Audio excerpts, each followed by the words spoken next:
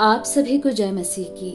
The Bible portion में आपका स्वागत है। हमारा आज का वचन है व्यवस्था विवरण की पुस्तक 11वां अध्याय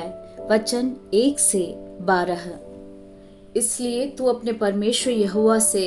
अत्यंत प्रेम रखना और जो कुछ उसने तुझे सौंपा है उसका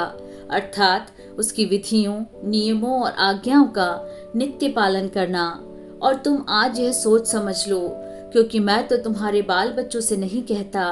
जिन्होंने न तो कुछ देखा और न जाना है, कि तुम्हारे परमेश्वर यहोवा ने क्या क्या ताड़ना की और कैसी महिमा और बलवंत हाथ और बढ़ाई हुई भुजा दिखाई, और मिस्र में वहां के राजा फिरौन को कैसे कैसे चिन्ह दिखाए, और उसके सारे देश में कैसे कैसे चमत्कार के काम किए। और उसने मिस्र की सेना के घोड़ों और रथों से क्या किया, अर्थात जब वे तुम्हारा पीछा कर रहे थे, तब उसने उनको लाल समुद्र में डुबोकर किस प्रकार नष्ट कर डाला कि आज तक उनका पता नहीं। और तुम्हारे इस स्थान में पहुंचने तक उसने जंगल में तुमसे क्या क्या किया, और उसने रूबेनी एलियाब के पुत्र दातान और अबीराम से क्या क्या किया,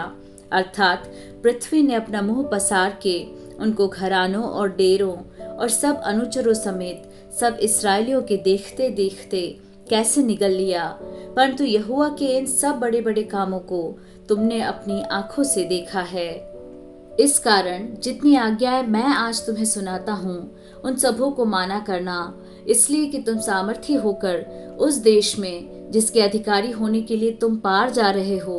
प्रवेश करके उसके अधिकारी हो जाओ, और उस देश में बहुत दिन रहने पाओ, जिसे तुम्हें और तुम्हारे वंश को देने की शपथ यहोवा ने तुम्हारे पूर्वजों से खाई थी, और उसमें दूध और मधु की धाराएं बहती है।